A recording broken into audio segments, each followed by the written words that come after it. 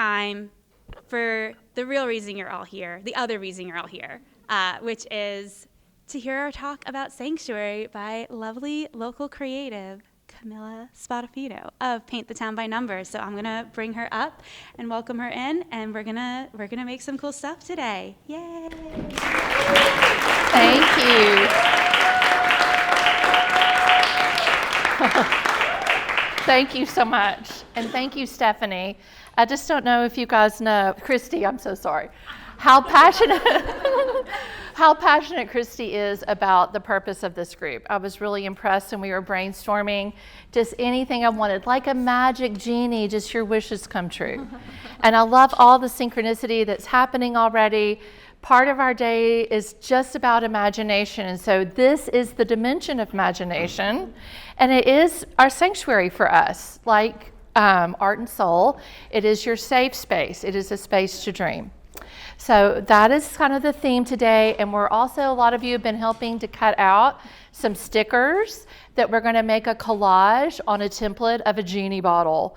This is really mostly about your thoughts today, but it's also inspired from my own childhood imagination and the interior of Genie's bottle. So welcome, and thank you all for coming. So our goals are, the most important thing you should know is that it's for you. This is about you. It's not me lecturing or talking. It's about you talking to each other and making things. So if you're on the sides or on the back or over here, you can still like maybe find a hard space at the bar or some of these tables to do the writing and the art part of this. We're going to leave with a visual and a written representation of your idea of personal sanctuary. And it's a metaphoric sanctuary where you can bring your hopes and dreams along with any barriers and things that might get in your way. Because that's my concept of a sanctuary. So I'll just be glad to tell you what mine is, because that's what you're going to do next with each other. For me, a sanctuary is a safe space. It can be anywhere. But sanctuary for me is celebrations, weddings, Christmas, Easter, whatever you celebrate and whatever sanctuary you go to. But it's also a place that you bring your barriers, your sorrows, your troubles, and your worries, and you bring them there so that they would be transmuted.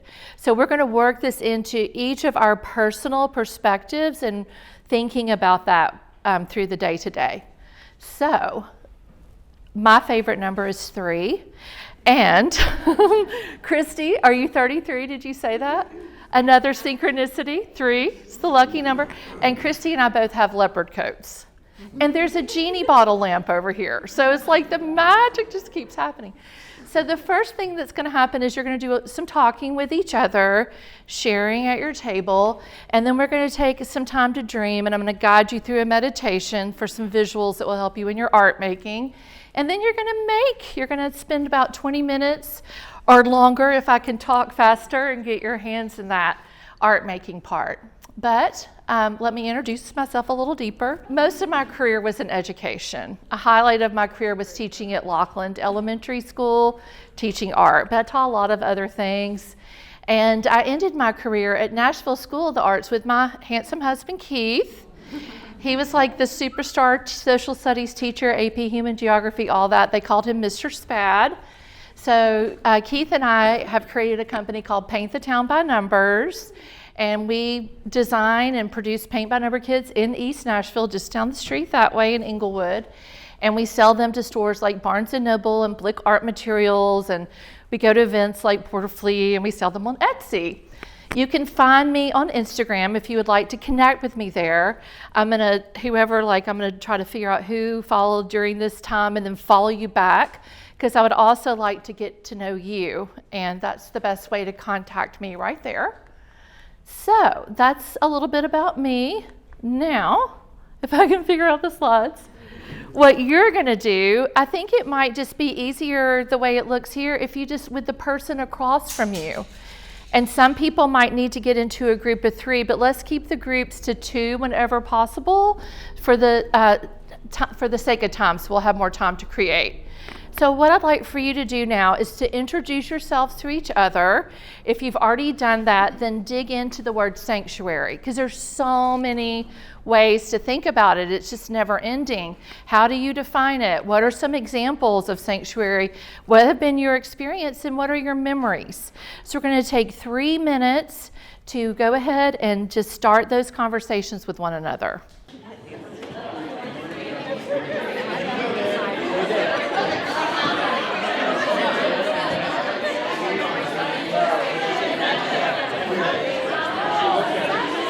I hate trying to get everyone's attention because I don't like to stop the talking because it's so important. Also, making the art and having your time of reflection is important.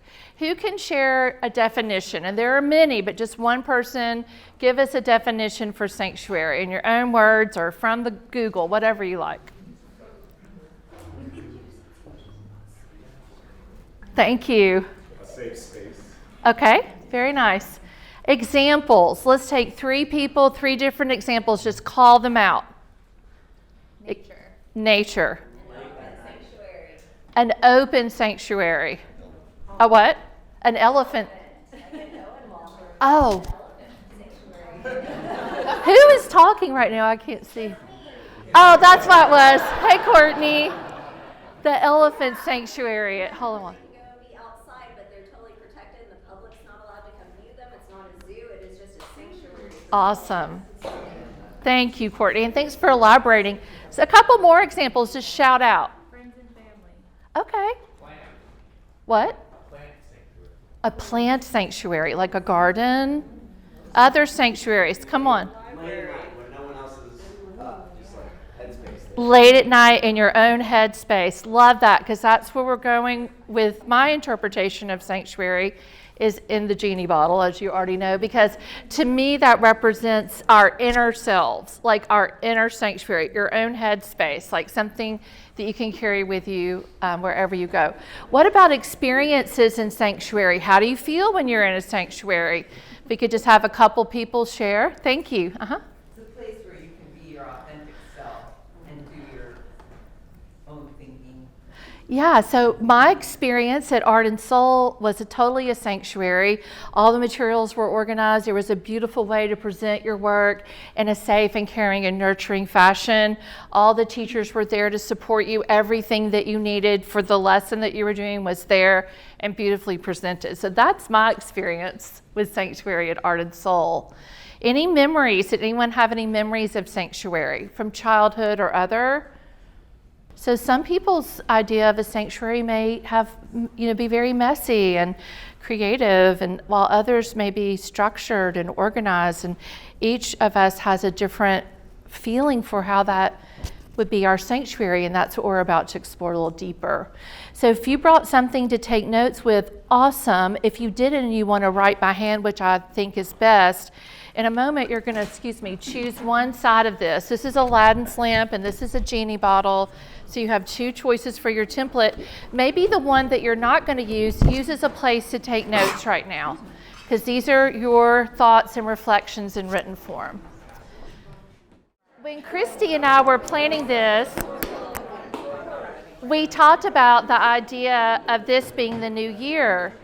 And I can tell just by going around and meeting you guys that a lot of you are coming here for the first time in a long time. And my hunch is that because we're in a new year and there's this new year energy. It's part of our neurology because we've all created this pathway through our culture, because ever since I can remember, New Year's was a cultural time for everyone just about to reset and dream and imagine how they want the new year to be. But what I'm going to ask you to do is, again, to use your imagination and go a little deeper than just what your goals are. But how do you feel? Like, think about the new year and what your heart is yearning for. Think about the kind of energy that you either want to create and put out there, or that you want to receive, or both the receiving and giving of energy.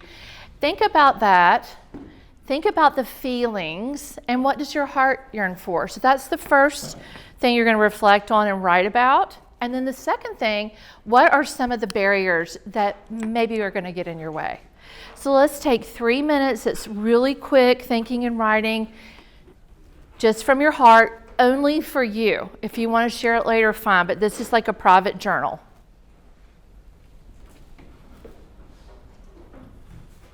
Okay, let's go ahead and wrap that up. I just want to give credit. This came from a dream group that I'm part of, and my dream coach is trained at the Hayden Institute, and these are adaptations of questions that we use in analyzing dreams. And that's what we're going to do next. It's time for us to do some dreaming. Before we go into a little guided meditation, I would like to give you some visuals, and they're just kind of cheesy from my childhood imagination, just to reinforce the genie bottle. So you're going to be visualizing a genie bottle, and this is just one type of genie bottle. Here's another genie bottle form. You're going to come up with your own genie bottle or your Aladdin's lamp. And again, they're on both sides. One is on the other. And if you accidentally wrote on the one you want to choose to collage with, they're extra here, so you can come pick up another one. All right, and see the little magic of the little lightning and all that? You're also going to have to become something like that to get inside of your genie bottle, because that's where we're going and working today, an inner sanctuary. And while this isn't everyone's aesthetic of the inner genie bottle, it's definitely close to what mine is, and it's purple, creative morning color. So there we go, more synchronicity. All right, and these are the two forms you have.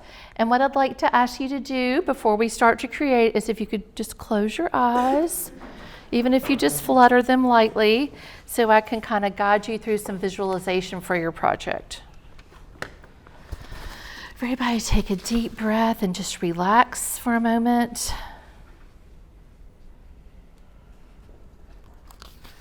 We're going to start on the outside of your dream genie bottle or lamp. So we're going to visualize the genie bottle.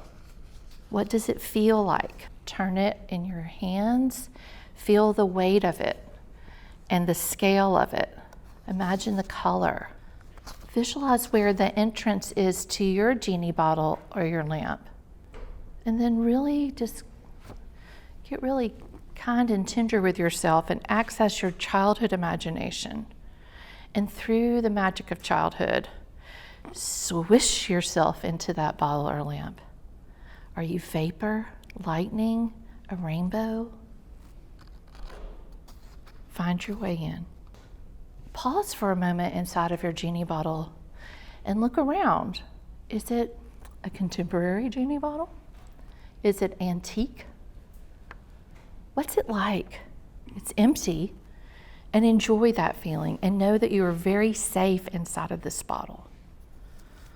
Even though there's nothing here yet, you've got all that potential energy. So feel in your heart right now the energy, the things, the feelings that you're wanting to have this year. Now sit in the center of your genie floor, holding that feeling. Also bring in any barriers that you might have. They are safe here as well. Whenever you're ready, you can just gently open your eyes, bring your awareness back to the room, wiggle your toes so you know that you're here, and feel the floor under your feet. And we're going to get ready to create.